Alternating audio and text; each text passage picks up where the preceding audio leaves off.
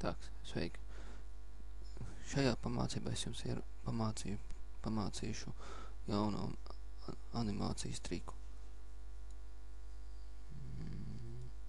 Nolikam šitā, lai neredzētu. Atveram jaunu, spiežam šeieni.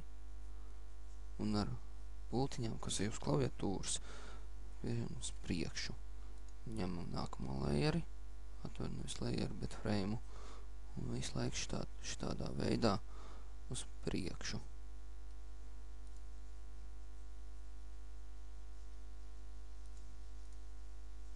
Es tūlīt apstādināšu, lai ātrāk tas viss iet uz priekšu.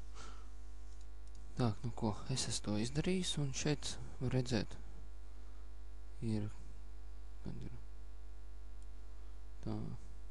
3 frame, man saka. Efekts ir šāds. Kā iet uz priekšu, jā. Vismaz man patīk šādi taisīt. Tādā veidā jūs šitien varat gan tekstam, gan bildē, gan jebkam citam arī šādu efektu uztaisīt. Paldies, ka skatījāties!